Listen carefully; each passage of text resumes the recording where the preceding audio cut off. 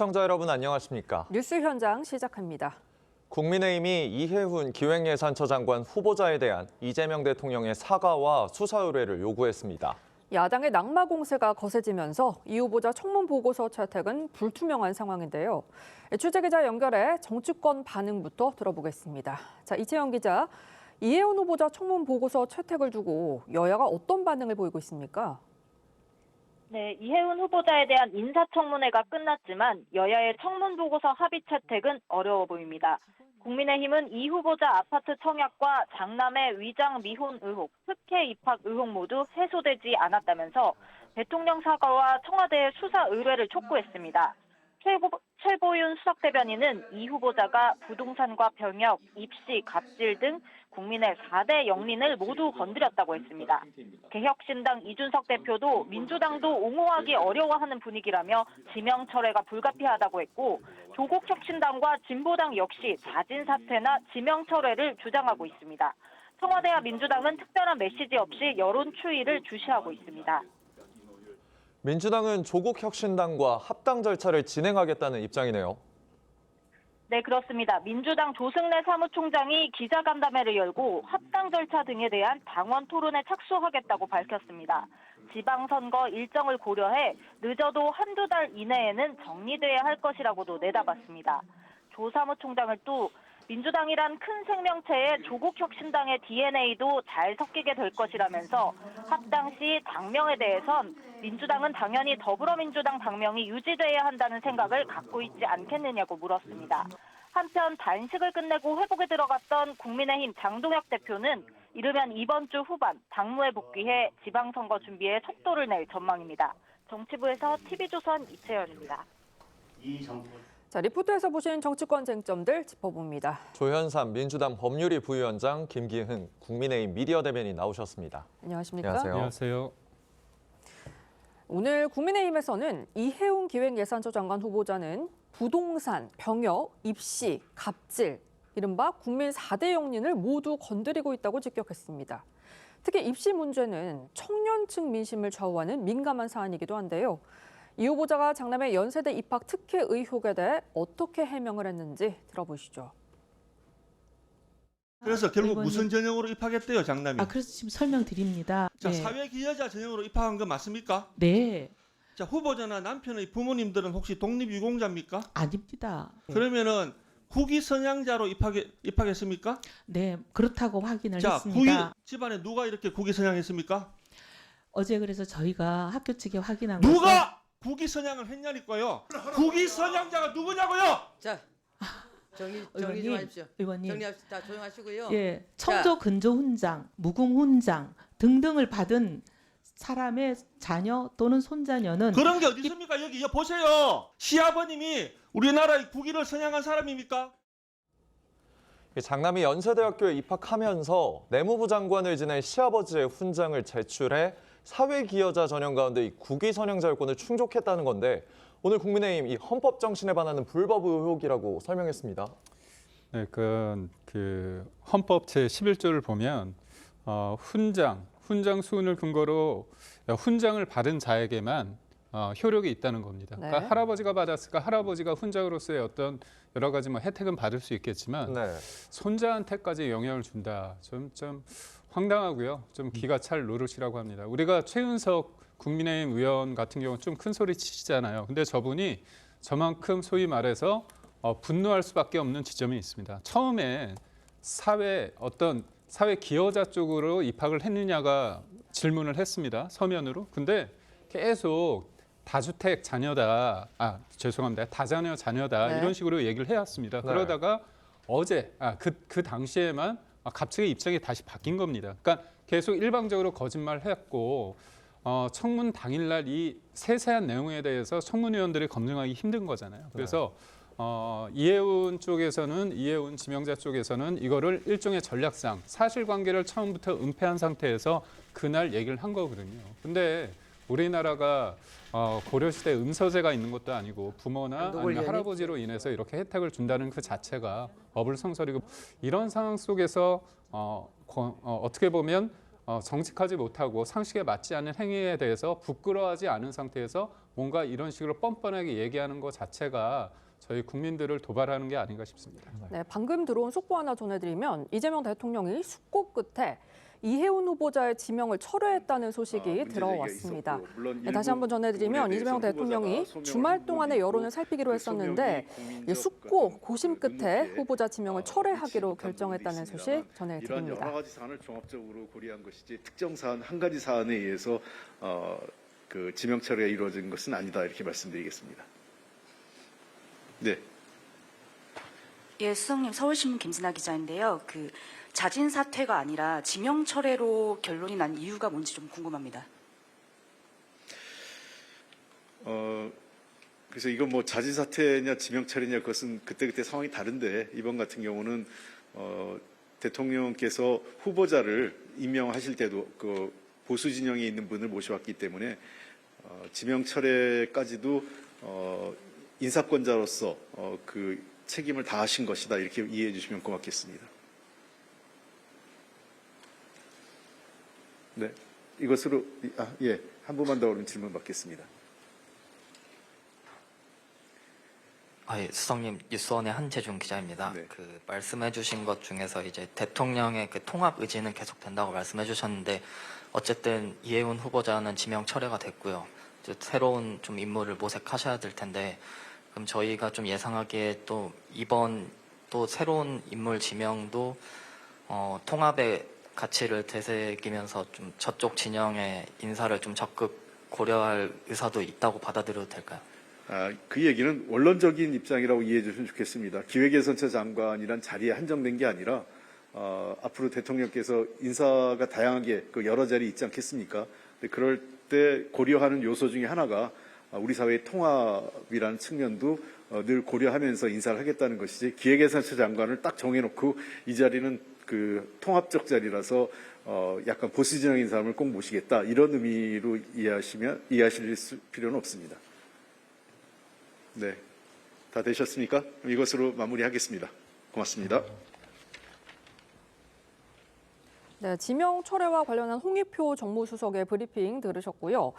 자진 사퇴가 아니라 지명 철회를 한 이유를 물었는데 지금 이해운 후보자에 대한 지명 철회 어떤 배경에서 이런 결정을 했다고 보시는지요? 이재명 대통령께서는 처음부터 이 모든 이해운 후보자에 대한 지명을 고집하겠다는 그런 뜻을 밝히지 않았습니다. 인사청문회 과정을 통해서 각종 불거졌던 의혹에 대해서 후보자가 어떻게 소명을 하는지를 지켜본 다음에 국민들의 눈높이에 맞는 결정을 하겠다고 말씀을 하신 바가 있죠. 네. 국민들의 눈높이와 청와대의 눈높이는 전혀 다르지 않습니다. 같은 지점을 바라보고 있다고 하겠고요. 많은 분들이 아마 생중계로 보신 분들 있으실 겁니다. 네. 이해운 후보자에 대한 이번 인사청문회 과정에서 어느 정도로까지 소명을 할 수 있을 것인가라는 것이 관심사였는데 매우 미흡한 부분이 있었다고 할 수가 있겠죠. 이해운 후보자 물론 각종 의혹에 대해서 스스로 해명을 하고자 했지만 구체적이고 객관적인 자료를 제출하지 못한 부분 분명히 있습니다. 국민의힘을 납득시키지 못했고요. 아마 민주당도 납득시키지 못한 부분이 있습니다. 여야 모두 납득시키지 못했고 그것이 그대로 국민들에게 투영이 된 부분도 있습니다. 그렇기 때문에 이재명 대통령 입장에서는 통합의 가치로 보수 진영 인사를 모셔온 거 아니겠습니까? 그렇기 때문에 그러한 부분들을 충분히 고려하여 숙고 끝에 국민들의 눈높이에 맞는 이번 지명철의 결정을 한 것이 아닌가 싶고요.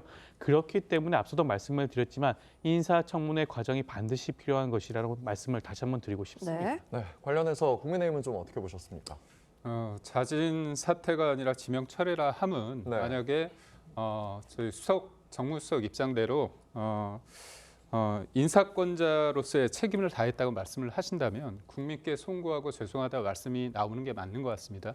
앞서 우리가 그 내용을 정무수석을 통해 가지고 나왔는지 모르겠지만 일단 지명 철회를 하기 전에 이러이러한 상황에 대해서 국민께 참 송구하다. 대통령으로서 인사권자로서 그런 얘기를 하셔야 되는데 그런 얘기가 없는 것 같습니다. 그렇다면 사실 자진 사퇴를 하길 바랬을 겁니다. 이해운 후보자가. 근데 이해운 후보자 입장에서는 본인 자신에 대해서 같이 해자놓고서 지켜주지 않는다. 일종의 배신감을 느낄 수 있습니다. 네. 지금 아파트도 내놓아야 되거든요. 그러면 아들 문제 같은 경우도 굉장히 불거져서 이 문제는 제가 볼 때 수사 영역으로 넘어갈 판입니다. 그렇다면 본인은 여하튼 본인을 지키기 위해서라도 자진 사퇴를 안 할 것이었습니다. 그래서 결국은 답은 지명 철회뿐이 없다고 저는 봤는데 언론에서는 빠르면 내일 정도 나온다 네. 얘기했는데 오늘 이례적으로 한 건 국민들 민심이 좋지 않다는 걸 느꼈고 그렇다면 지명 철회라는 형식을 했다면 제가 앞서 말씀드린 것처럼 대통령께서 인맥권자로서의 국민께 대한 송구한 마음 그리고 통합이라는 가치로 했지만 사실상 통합이 아니고 뭔가 상대 진영의 사람을 씀으로써 공학적으로 뭐 그쪽 진영, 소위 말해서 보수 진영을 흔들어 놓고자 하는 어떤 정치적 의도가 있었다고 볼 수밖에 없거든요. 근데 역설적으로 협치의 어떤 모습은 보였습니다. 예. 청문회 과정에서 여야를 상관없이 네. 이해운 후보자의 문제점을 지적을 했거든요. 예. 네, 앞서 나흘 전 기자회견 당시 이재명 대통령 이해운 후보자 거취를 두고 고심을 하고 있다고 밝히기도 했는데요. 직접 들어보시죠. 참 어렵습니다. 이해훈 지명자에 대해서 어떻게 할지는 아직 결정은 못했어요. 뭐 저로서도 아쉽기도 하죠. 그러나 그에 대해서 본인의 해명도 또 들어봐야 되는 거 아닌가요? 그게 공정하죠. 네, 자, 이해훈 후보자 결국은 지명 철회로 이렇게 결론이 났습니다. 하지만 이 관련 의혹들이 계속 나와 있던 상태였잖아요. 네. 어떻게 수사를 이어가야 한다고 보십니까? 우선적으로 검증의 책임이 있고요. 네. 그 다음에 이제 실정법 위반이 있기 때문에 수사로 돼야 되는데 네. 이재명 대통령께서 이제 백혜룡 경정이 있지 않습니까? 네. 어떻게 보면 그분이 주장하는 건 굉장히 황당한 음모론에 가까운 분인데도 불구하고 특정 사건에 대해서 백혜룡 경정을 투입을 했습니다.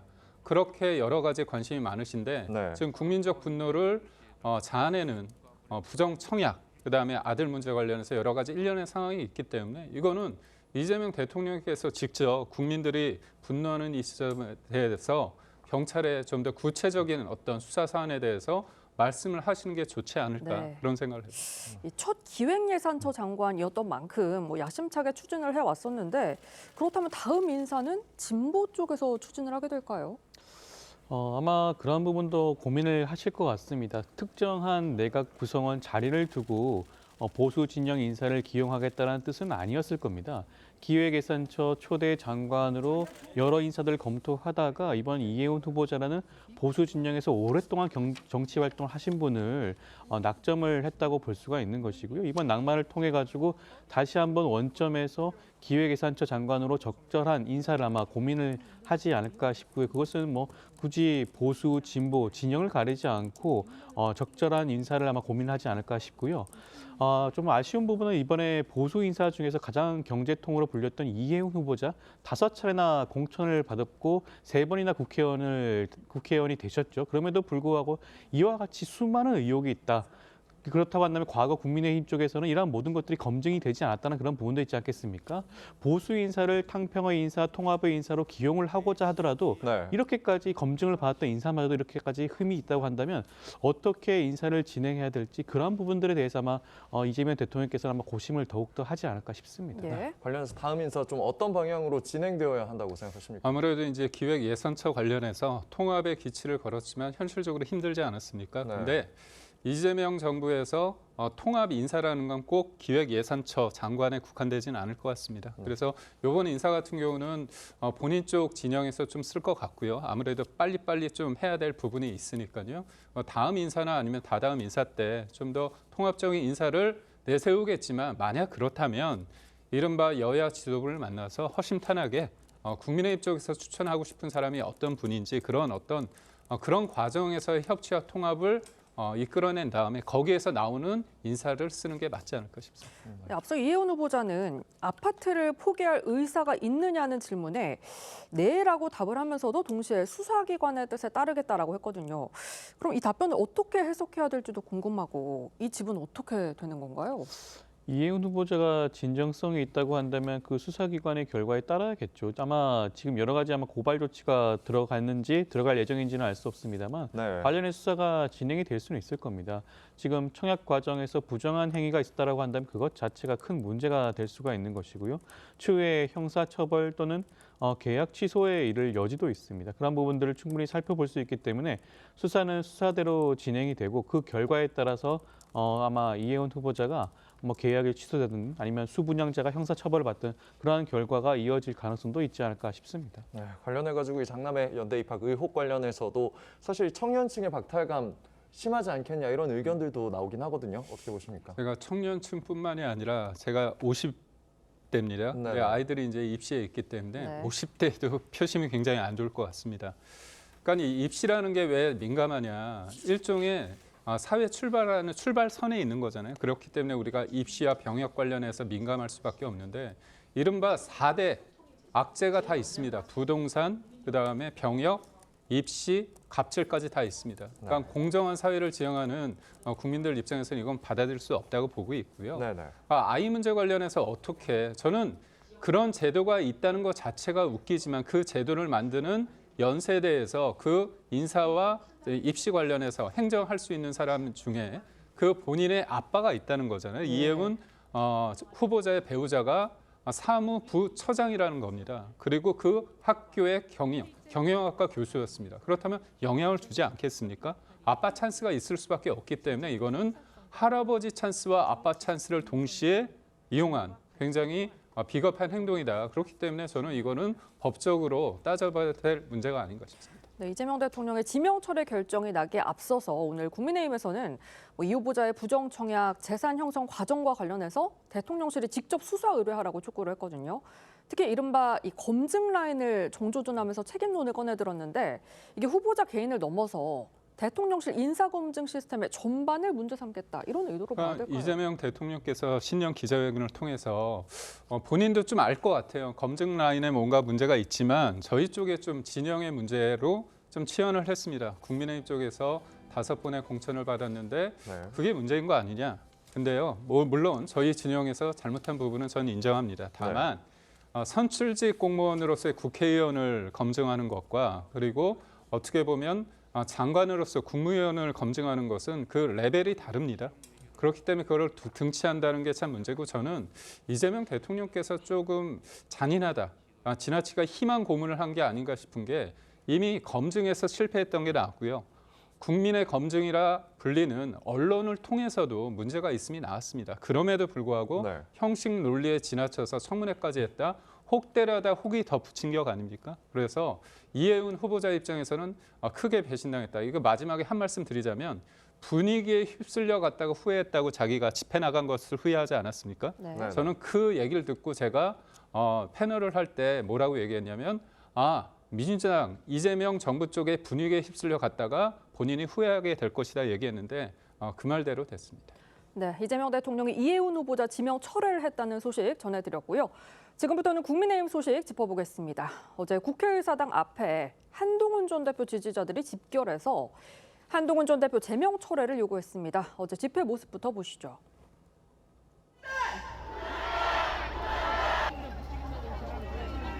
한동훈을 내친다는 국민의힘 각오해! 우리 한동훈 대표가 뭐라고 그랬죠?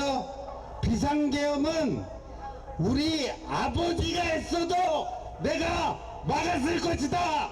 강강약약 할 수 있는 한동훈 같은 정치인이 우리 시대의 새로운 정치인이 아니겠습니까?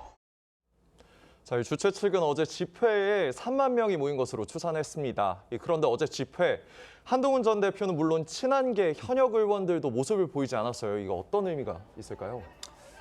우선적으로 한동훈 전 대표에 대한 어떤 징계 과정이 개인적인 어떤 의사에서 이루어진 게 아니라 당의 공식적인 절차를 통해서 이루어졌습니다. 네. 당무감사가 이루어졌고 윤리위원회에서 내린 결정이고요. 그 다음에 또 어떤 게 있습니까? 정치적으로 해결하기 위해서 신동욱 최고위원 같은 경우는 최고위에서 이 부분에 대해서 공개 검증하자고 했습니다. 네. 근데 무조건 다 조작이고 정치 보복이라고 한다면 이거는 어떻게 되는 겁니까? 저는 한동훈 전 대표가 재심을 요청하거나 아니면 가처분을 해서 법적으로 다투거나 해야 되는데 이건 결국 주변 사람들과 주변 사람들이 싸울 수 있는 갈등 양상으로 증폭되고 있거든요. 그런 차원에서 좀 아쉬움이 있고 그러다 보니까 당의 공식적인 어떤 절차를 통해서 이루어지는 부분에 대해서 당내 의원들이 이걸 현장에 간다? 그런 부분에 있어서 조금 본인들이 생각하기에도 궁색하다. 그러다 보니 가지 못한 게 아닌가 싶습니다. 네, 이런 거는 한 전 대표는 지지자들과 소통하는 플랫폼에 글을 올렸습니다. 이 추운 날 이렇게 많이 나오셨다. 이게 진짜 보수 결집이다라고 화답을 했거든요. 한 전 대표가 잇따라 입장을 내고 있는데 국민의힘에서 어떻게 보고 계신가요? 저는 좀 아쉬운 게 본인도 당대표를 하셨잖아요. 네. 그러면 본인을 지지하는 쪽은 진짜 보수고 나머지는 가짜 보수입니까? 저도 뭐 가짜 보수입니까? 이렇게 이분법적으로 보는 것 자체에 대해서 좀 안타깝습니다. 본인을 지지하지 않더라도 국민의힘 쪽에 당원들이 어떻게 가짜 보수가 될 수 있습니까? 전 안타까운 게 저번에 전당대회 때 한동훈 전 대표는 출마를 하지 않았습니다. 근데 이른바 결선 투표 때 뭐라고 했습니까? 최악을 막기 위해서 차악을 택해야 된다. 김문수 후보가 차악이고 그 당시에 장동혁 대표가 최악이었습니다. 본인 기준으로는. 이렇게 이분법적으로 보는 게 과연 문제가 해결할 수 있는가. 무엇보다도 장동혁 대표가 단식을 하는 과정에 많은 사람들이 이른바 김근식 당협위원장 같은 한동훈 전 대표 측에 있는 사람마저도 좀 와서 만나라. 악수하고 그러다 보면 좀 풀 수 있는 공간이 생기지 않느냐 이런 얘기를 많이 했습니다. 네네. 많은 당원들이 요구했습니다. 근데 안 하셨거든요. 그러고 나서 장외에 나가서 이렇게 실력 행사를 하신 분들한테 어떻게 보면 그렇게 하는 게 맞다고 얘기하는 게 책임 있는 정치인의 모습인가에 대해서는 저는 의문입니다. 네, 자, 이제 단연 관심은 한동훈 전 대표에 대한 징계 결론일 겁니다. 앞서 한 전 대표 이 자신을 향한 징계는 조작이자 정치 보복이라고 강조했는데요. 들어보시죠. 저에 대한 징계는 명백한 조작이자 정치 보복입니다. 국민 여러분과 당원들께 걱정을 끼쳐드린 점에 대해서 당을 이끌었던 책임 있는 정치인으로서 송구한 마음입니다. 장동혁 대표가 이번 주 당무에 복귀를 하는 걸로 알려졌고요. 제명 확정 여부 최고위원회 논의 사안이 됐습니다. 지금 당내 분위기는 어느 쪽으로 모아지고 있다고 봐야 될까요? 사실 장동혁 대표의 마음이 좀 중요하지 않겠습니까? 네. 아무래도 절차가 있는 만큼 무한히 어떻게 보면 미룰 수는 없지만 현실적으로 주초에 이뤄질 것들은 좀 미뤄질 수밖에 없는 것 같습니다. 장동혁 대표의 단식을 통해서 얻은 부분이 뭐냐? 국민의힘 보수 쪽에 하나가 될 수 있는 어떤 뭔가 리더십을 공고히 하는 역할이 있습니다. 그러면 단식이라는 게 굉장히 자신을 다 던진 상태에서 하기 때문에 저는 장동혁 대표가 이런 일련의 상황을 다시 한번 복귀하고 생각하는 본인의 시간을 또 역설적으로 가졌다고 생각합니다. 네. 그렇다면 더 큰 승리를 위해서 어떤 결정을 하는 게 좋을지에 대해서 본인이 생각이 많을 거고요. 그리고 또 저희가 한 사람에 의해서 뭔가 정해지는 당이 아닌 만큼 최고위에서 다양한 의견들이 좀 있지 않을까 싶습니다. 네, 이제 결국 선택은 이 제명이냐 아니면 갈등 봉합을 위한 통합이냐 이 둘 중 하나일 텐데 어느 쪽이든 국민의힘 입장에선 내용은 좀 불가피해 보이긴 합니다. 어떤 선택이 나와야 한다고 보십니까? 뭐 외부에서 봤을 때는 장동혁 대표와 당 지도부가 제명을 처리하는 것이 국민의힘으로 봤을 때는 뭐 유리하다고 할 수가 있겠죠. 네. 지금 살펴보게 되면 이번에 제명 처리를 요구하는 당원들, 국민의힘 지지자들이 3만 명이 넘는 인원들이 야외 밖에서 모여서 집회를 열었습니다. 당협위 차원에서 모은 게 아니에요. 자발적으로 모인 인원이 3만 명이 넘는 인원들이 모여서 집회를 열고 있다? 이것을 굉장히 심각하게 봐야 되는 부분이 아닌가 싶습니다. 그럼에도 불구하고 과연 장동혁 대표가 그런 결정을 할 것인가요? 저는 그렇지 않다고 봐요. 그렇다고 한다면 아마 단식 논성을 하진 않았을 겁니다. 단식 논성을 그 명분을 쌍특검을 들긴 했지만 많은 국민들이 뭘 기대했습니까? 과연 한동훈 대표가 단식 농성장에 찾아갈 것인지 아닌지에 대한 관심만이 집중이 됐죠. 그만큼 네. 이것은 대내용이라는 의식이 굉장히 팽배한 상황이었고요. 그럼에도 불구하고 단식 농성장에 한동훈 전 대표가 찾아오지 않았습니다. 아마 장동혁 대표는 그런 부분들을 충분히 감안을 해서 봉합보다는 제명 고수를 결정하지 않을까 싶습니다. 네, 그런데 금요일에 발표된 갤럽 여론조사를 보면 장동혁 대표가 이 쌍특검 관철을 목표로 8일간의 단식을 했음에도 국민의힘 지지율이 지난해 8월 장 대표 취임 이후 최저치로 떨어졌거든요. 이유가 뭐라고 분석을 하십니까? 일단 이제 그 한동훈 전 대표의 제명에 반대하는 분들이 3만 명 모였다는 것은 그쪽의 주장입니다. 경찰의 어떤 구체적인 객관적인 추산은 아니라는 점을 우선 말씀해 드리고요. 여론조사는 추이가 중요합니다. 그래서 굉장히 절실함을 갖고 했는데 지지율이 그렇게 나왔다는 것은 저희가 뭔가 좀 심각하게 봐야 될 대목이라고 보는데 다른 여론조사 같은 경우가 저희가 주초에 있었던 어떻게 네. 보면 내일 또 나오겠죠. 리얼미터 네. 같은 경우는 뭔가 결집하는 양상을 보였기 때문에 저는 주말 사이에 여론 1년의 상을 봤을 때 내일 리얼미터의 어떤 여론조사를 봤을 때 어떤 결과일지를 볼 거고요. 사실 저희가 국민의힘 쪽 보수 진영에 있어서 가장 안타까운 게 왜 하나가 되지 못하느냐, 싸우지 못하느냐 네. 이 부분인데 이거를 장동혁 대표가 몸을 던짐으로써 헌신함으로써 일종의 하나의 큰 낮은 그릇이 됐다고 봅니다. 그런 차원에서 앞으로는 지금 하나 된 마음을 어떤 방식으로 풀어가는가, 그 풀어가는 방식에 있어서 그 첫 번째 숙제라고 할까요? 그게 한동훈 전 대표의 관계 맺음이기 때문에 이 부분을 얼마나 큰 승리를 위해서 어떤 식으로 할지 이 부분에 대한 것. 그리고 또 하나는 한동훈 전 대표가 지금 끝난 게 아니기 때문에 본인이 입장을 어떻게 취함으로써 역설적으로 장동혁 대표에게 일종의 운신의 폭을 만들어줄 수 있는지에 대해서 한동훈 전 대표의 어떻게 보면 정치력이 한 번 더 시험대에 있는 게 아닌가 싶습니다. 네, 지금까지 정치권 쟁점 짚어봤습니다. 두 분 말씀 여기까지 듣겠습니다. 감사합니다. 고맙습니다. 한국과 마주 앉을 일도 논의할 문제도 없다는 공식 입장을 다시금 명백히 밝힌다.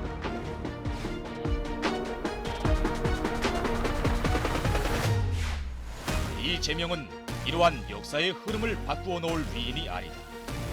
무슨 저자세니 뭐 이런 소리 많이 하던데 그럼 그 자세를 한 방 뜰까요? 북한하고?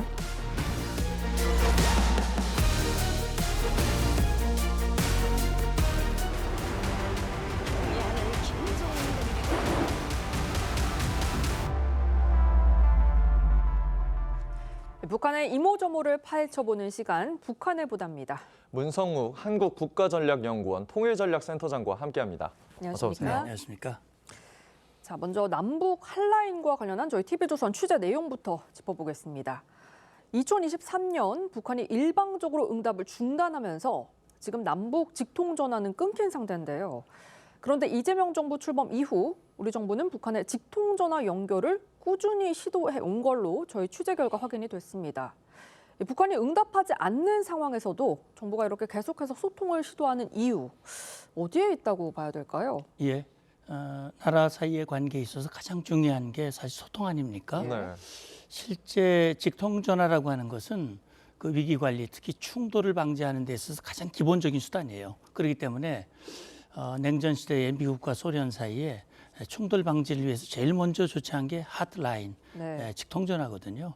그래서 오랫동안 남북 직통전화가 유지돼 왔고 이제 북한이 2023년부터 중단하고 있는데 적어도 남북관계 출발은 직통전화다. 이 직통전화의 재연결, 재소통이 남북관계 발전의 신호탄이다라는 그런 판단을 가지고 우리 정부가 끊임없이 북한은 지금 하지 않고 있지만 네. 시도하고 있는 것으로 알고 있습니다. 네, 이 남북 한라인은 통상 하루 2차례씩 통화를 시도하잖아요. 이게 단순 계산으로 보면 이재명 정부 들어서 약 한 470차례 안팎의 통화 시도가 있었던 건데 한 번도 응답 안 한 이유가 있을까요? 예, 있죠. 북한이 이미 2023년이죠. 12월입니다. 네. 김정은 북한 국무위원장이 남북관계를 이제 더 이상 민족, 동족의 관계가 아니다. 제1의 주적이다. 네. 이제 별도로 살아가는 남남의 관계다라고 선언을 했거든요. 네. 이후에 모든 걸 다 중단을 시켰어요. 그리고 실제 비무장지대 남북 군사분계선 일대에 장벽을 만들고 남북 간에 연결됐던 철도도로를 다 폭파하고 이런 조치들을 취했거든요. 물리적으로 다 끊어버리는 거죠. 네. 이제 남과 북이 남남으로 살아가겠다. 더 이상 대화와 교류하지 않겠다라고 하는 것을 명확히 한 후에 지금 이걸 중단을 시켰는데 사실 남북관계 차단의 가장 상징적이고 실효적인 조치가 직통전화를 단절하는 거거든요. 이 네. 물리적으로 끊어진 건 아니에요. 안 받고 있는 것이죠. 네네. 네.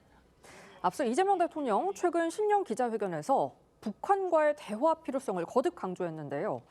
북한이 단번에 변할 거란 기대보다는 현실을 인정한 상태에서 대화를 이어가는 게 중요하다고 했습니다. 들어보시죠. 중국 시진핑 주석의 말씀처럼 석자 얼음이 어떻게 한 번에 녹겠냐. 트럼프 대통령 같은 스타일 그런 게 김정은 위원장하고 대화에 도움이 되는 것 같아요. 북한이 핵을 포기하겠습니까? 제가 공개적으로 말씀을 드렸던 것처럼 현실을 인정하자. 오늘 4월 트럼프 대통령과 시진핑 중국 주석의 이 만남을 계기로 북미 회담 가능성까지 거론이 되고 있습니다. 이런 흐름 속에서 우리 정부가 남북 정상회담을 좀 염두에 두고 이런 시도를 하는 것 아니냐 이렇게 봐도 될까요? 정상회담이라고 특정하지는 않았지만 네. 지금 정부는 2026년을 남북관계 복원, 특히 지금 정부가 추진하고 있는 한반도 평화 신뢰 프로세스의 원년으로 삼겠다. 네. 이성락 대통령 안보실장도 분명히 밝혔거든요. 네. 그러니까 어떤 형태로든 대화와 접촉의 재개, 관계의 복원의 출발 이런 것들을 염두에 두고 있어요. 뭐 정상회담이 되면 더 좋겠죠. 그러나 어쨌든 지금 북한이 저렇게 문을 닫고 있기 때문에 직접 우리가 북한과 마주 앉아서 회담하기는 이끌어내기는 어려우니 트럼프 대통령이 김정은과의 친분을 얘기를 했고 또 북한도 남북 관계는 끊었다고 했지만 미북 관계 단절한다고 말은 안 했거든요. 네. 어쨌든 대화의 문을 열어놓고 있기 때문에 지난 11월 경제 에이펙 계기로 만남은 이루어지지 않았지만 4월 베이징 방문이 하나의 단초가 될 수 있다. 그래서 대통령 말씀대로 네. 피스메이커 역할을 좀 해주시면 우리는 페이스 메이커를 하겠다. 예. 그래서 미북 관계가 다시 재개가 되고 대화가 복원이 되면 그걸 계기로 해서 남북 관계에도 순기능, 그래서 접촉 재개 이걸 기대하고 있는 것으로 생각합니다. 네, 분위기를 좀 바꿔서 북한의 술 문화도 짚어보겠습니다. 북한 술 하면 이 대동강 맥주가 떠오르는데요. 저희가 영상을 좀 준비를 했는데 당 간부들이 공장을 직접 찾고요. 또 김여정 부부장이 직접 주민들에게 맥주를 따라주는 모습도 공개가 됐습니다.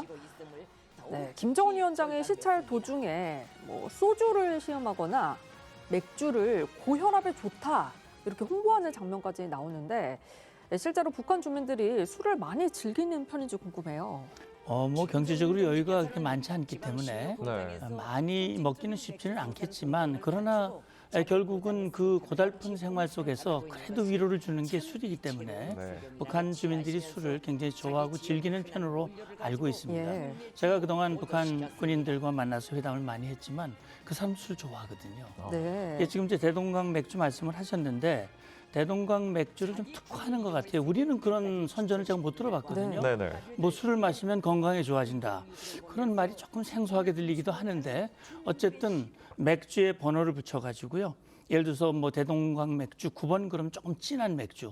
이렇게 맥주가 좀 싱거우니까 좀 진한 맥주를 좋아하는 사람들은 9번 맥주를 하고 13번 맥주 같은 경우는 루틴 성분이라든지 뭐 비타민 K 이런 걸 넣어서 혈액을 튼튼하게 해주고 혈액순환을 돕고 뭐 이런 식으로 해서 건강에 좋다라는 이런 얘기는 특화하는 측면에서 나름 저는 의미가 있다 아는가 하는 생각도 듭니다. 네, 이 대동강 맥주뿐 아니라 북한에 또 기상천외한 술들도 많이 있다면서요. 네, 그러니까 이제 지금 제가 들은 얘기로는 호랑이 뼈로 고아 만든 그런 술인데 네. 다시 말하면은 이 뭡니까 범이라고 하잖아요 북한에서는 이 네. 네네. 범의 골로 만든 술. 그래가지고 이게 중국 사람들에게 많이 선전이 되는 것 같아요. 예. 그래서 중국에 수입이 되고 중국 쪽으로 팔리는데 지금 보니까는 이게 북한 내부에서 이 적극적인 그 개발을 통해서 하고 제가 보면은 이 술의 도수가 대략 한 42도라고 그래요. 네네. 네. 그리고 제가 기억하기는 들쭉술 아마 우리 국민들도 기억하는 분 많을 텐데 이게 백두산에 나오는 들쭉 나무로 만든 열매로 만든 것인데 2000년 남북 정상회담에서 이게 이제 건배주로 사용할 정도로 사용을 했고 우리 남측 대표가 가면 선물로도 주고 그랬던 기억이 납니다. 네, 그런데 놀랍게 우리나라에서 그야말로 열풍을 끌고 있는 두바이 쫀득 쿠키, 이 두쫑구가 북한에서까지 발견이 됐다고요? 예, 똑같은 제품은 아닌 것 같은데 네네. 지금 평양에 가면 낙원 백화점이라고 있어요. 예. 거기 이제 주로 수입품을 파는 매장인데 제가 볼 때는 평양에서도 좀 소위 말하는 돈주 좀 여유가 있는 그런 주민들이 이용하는 것 같은데 여기에 보면 이제 일본의 유아용품 업체 피존이라고 하는 업체에서 만든 과자. 네. 여기에 보면 두쫀구하고 비슷한 피스타치오를 넣은 초콜릿 제품이 발견이 됐다고 그래요. 그러니까 북한도 사실 북한 주민들도 사람들이고 그렇기 때문에 네. 우리 한국 사람들이 좋아하는 거면 북한 사람들도 좋아하겠죠. 네. 예, 쫀크 같은 이런 것들도 유행하고 있는 모습이 우리에게 주목되는 부분입니다. 이렇게 폐쇄적인 북한에도 수입품이 좀 이렇게 대놓고 들어오는 모양새인 것 같은데 이 일본 제품도 심심치 않게 볼 수 있다면서요? 예, 그렇습니다. 그러니까 북한의 낭랑 애국 금강관이라고 하는 곳에 가면 네. 일본 제품 뭐 유명한 제품들 뭐 소닉이라든지 소니 뭐 이런 도시바 이런 일제 제품들이 외국인 유학생들을 통해서 그 영상들이 공유가 되고 있다고 그래요. 그래서 북한 내부에도 이게 아마 북한은 제재를 받고 있기 때문에 그게 일본에서 직수입되지는 않았을 것이고 네. 아마도 중국이나 이렇게 이 제3국을 통한 그런 우회 수입이 되지 않았을까 생각합니다. 네, 이렇게 수입품을 알게 모르게 즐기는 북한 주민들인데 또 본인들 화장품에 대한 애정은 남다른 것 같습니다. 한번 들어보시죠. 우리 여성들은 물론 이젠 남성들까지도 화장품에 대한 요구, 우리나라 화장품에 대한 관심이 많아지고 있는 것이 바로 오늘의 현실입니다. 우리나라 화장품이 점점 발전하는 걸 느끼게 됩니다. 우선 미백 효과가 좋아지고 보습성이 높아집니다. 우선 부작용이 없고 강택과 보습이 있으며 미백도 좋습니다. 자, 이 영상 보면 굉장히 자부심이 강한 것 같은데 이 북한 주민 설문조사를 보니 응답자의 96%가 북한 화장품이 수입 제품보다 이렇게 좋다고 답을 했다는 내용도 있더라고요. 근데 과연 그럼 북한 부유층들도 자국 화장품 쓸 것 같습니까? 글쎄요, 뭐 지금 저렇게 선전 나오는 내용과 실제와 얼마나 일치하는지는 잘 모르겠어요. 네. 설문도 뭐 그렇게 우리가 하는 설문같이 새로운 답을 하기는 어려울 것이고 네. 그런 걸로 봤을 때는 평양 백화점의 외국산 브랜드 뭐 잘 아시는 샤넬이라든지 SK2라든지 이런 매장이 있는 걸로 봐서는 돈 많은 또 부유층, 고위층 사람들은 오히려 북한 제품보다는 수입품을 선호할 가능성이 전 높다 이런 생각이 듭니다. 예. 그런데 요즘엔 또 북한에도 휴대폰 보급률이 늘고 있다고 합니다. 그러다 보니 주민들이 중독 증세까지 보이고 있다 이런 보도도 나왔는데 자기 전까지 휴대폰을 놓지 못한다 이렇게 상담하는 내용들이 전해졌는데요. 실제로 주민들이 얼마나 많이 휴대폰을 갖고 있나요? 실제 뭐 우리하고는 비교가 되지 않죠. 대략 한 600, 700만 정도니까 북한 주민 4명 중에 1명 정도가 휴대폰을 가지고 있다. 그리고 이 휴대폰에서도 이 종류가 한 두어 가지 되는 것 같은데 휴대폰에서도 빈부격차가 나타나는데 돈이 많은 사람들은 좀 성능이 좋은 고가의 휴대폰을 가지고 그렇지 않은 분들은 좀 저가, 중고 이런 것들을 사용을 하고 있습니다. 그러니까 4분의 1 정도 하고 있는데 사실은 북한에는 인터넷이라든지 외부 정보가 공개가 되지 않기 때문에 과연 이렇게 중독할 만한 그런 재밌는 게 있는지는 제가 잘 궁금합니다. 네, 지금까지 문성목 한국국가전략연구원 통일전략센터장과 북한 소식 짚어봤습니다. 감사합니다. 고생하셨습니다. 감사합니다.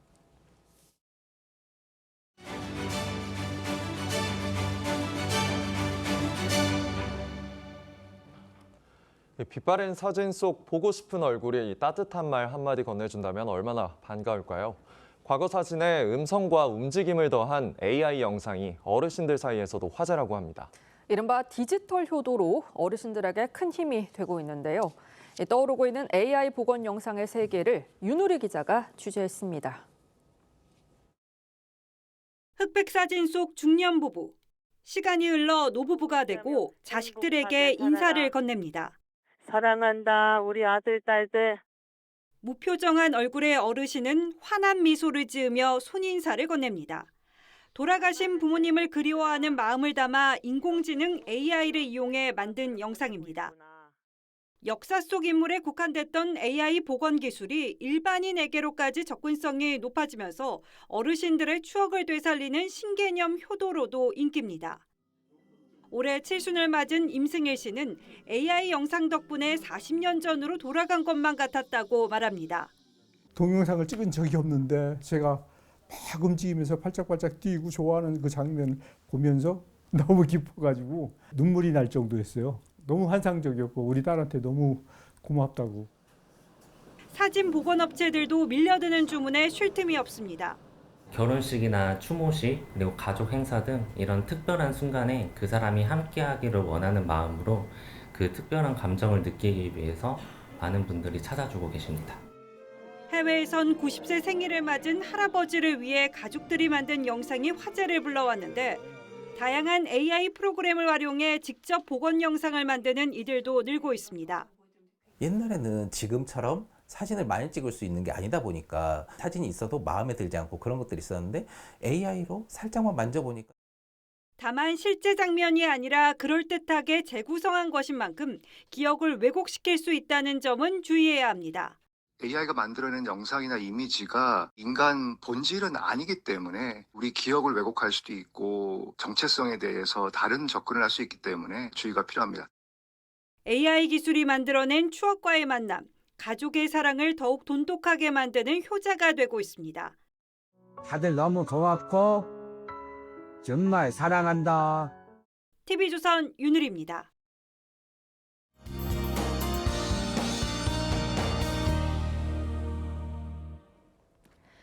한파의 기세가 꺾일 줄 모르고 있습니다. 한 주 내내 매서운 추위가 이어지는 가운데 중부지방과 경북을 중심으로 한파특보가 지속되고 있습니다. 휴일인 오늘은 어제보다 기온이 더 낮아 춥겠고요. 이번 한 주도 영하 10도 안팎까지 내려가며 평년 기온을 밑돌겠습니다. 길어지는 한파 속에 감기 조심하셔야겠습니다. 하늘빛은 대체로 청정하겠습니다. 도로에 살얼음과 빙판길이 만들어진 곳이 많아 미끄럼 사고에는 주의하셔야겠습니다. 동쪽 지역과 일부 수도권에는 건조특보 내려져 있고요. 남부지방은 바람도 강하게 불겠습니다. 불씨 관리를 철저하게 해주시는 게 좋겠습니다. 낮 최고 기온은 서울이 영하 3도, 대전과 전주 2도, 대구 4도로 어제와 비슷하겠습니다. 내일과 모레도 서해안과 제주를 중심으로 눈 예보가 있습니다. 날씨였습니다. 1월 25일 일요일 뉴스 현장은 여기까지입니다. 함께해 주신 여러분 고맙습니다.